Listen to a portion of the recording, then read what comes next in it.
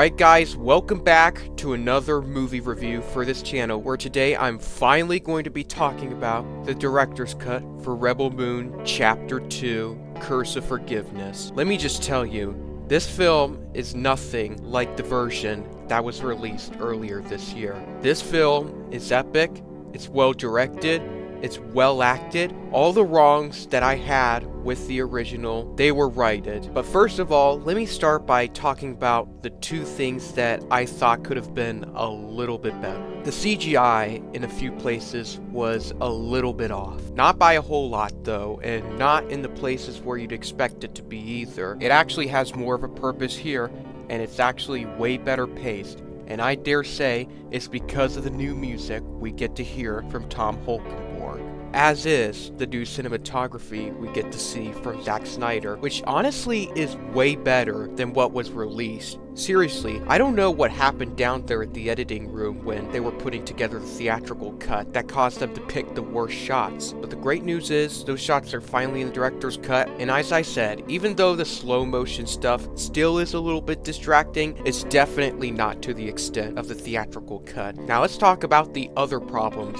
that are gone in this version. You've got the whole sequence within the first 30 minutes of this film compared to being in the first 20 minutes of the director's cut with Princess Isa's death, and the issues I had where I felt that the scene left more questions than it answers, and not in a good way. Well, that problem is gone, entirely gone.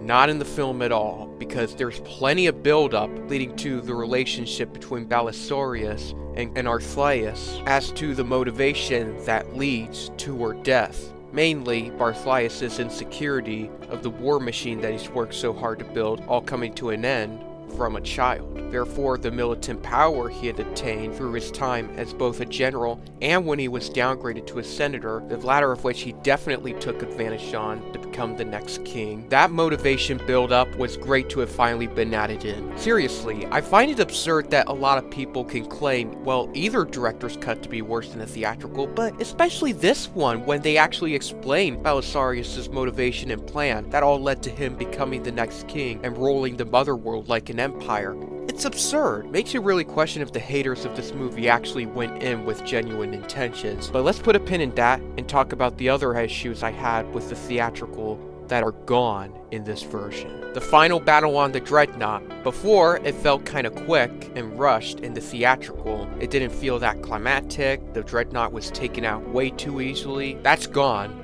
The battle on the Dreadnought is way extended. There's an extra section where Cora invades the nuclear gun turret, as well as taking out the command center, which was just amazing to see because the suspense was right there and it was absolutely amazing to see added back in. And even going away from the central storyline between Arthlius and Belisarius, which, by the way, had the film focused on that storyline alone, I still would have given it 5 stars. But even going away from that, all the characters actually feel like characters in this version of the movie, not background objects like they did in the Scargiver. The spy group plotline that's in the film, raising the stakes for the battle on Veld now that they knew how the farmers were planning to defend against the Dreadnought was great, since it actually gives a reason for Cora and Gunnar's infiltration of the Dreadnought, which we see in the last third. We got to hear more of Tom Holkenborg's incredible score because it's very ethereal, very moving, and it really does drive the film. The Sam and Ares subplot that was started in the first film, the director's cut, was also really well done, as was the part of each of the townsfolk and the warriors recruited from the first film in the final battle. As I said, no role felt wasted. There is another sex scene towards the beginning of the film, but compared to how they used it in the director's cut of part 1, it was actually really well done this time, and I dare say it's because of the music, in comparison to the other sex scene where there was no music, and that factor certainly didn't help with how long it dragged on. I seriously can't believe that Netflix seriously did shit to market this film. Like, seriously, even though they didn't get good reviews on Rotten Tomatoes, they did great for watch hours. Why stray away from that? Especially when the audiences are finally gonna get the definitive version. It's because of this that both the director's cuts failed to break the top 10. And it's pretty appalling, especially considering that we might not ever see this story get continued, because it does end on a cliffhanger with Balisorius as king ruling the Motherworld, with more dreadnoughts, more warriors, all way more powerful than Admiral Noble's fleet could have ever hoped to be. We end on that cliffhanger, but the sad reality is, with how little Netflix has done to market this film, we might not see that story finished. And the critics that are trying to claim that the director's cuts are somehow worse than the theatrical versions, what can I even say at this point?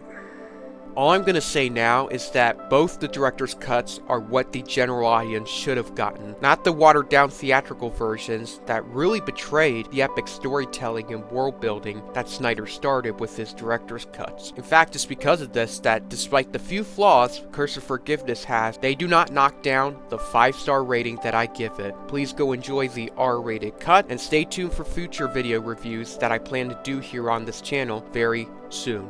Thanks a lot for tuning in. If you like what you saw, please feel free to leave a like and consider subscribing so that you don't miss out on more of this content, and I'll see you in the next one. So long for now.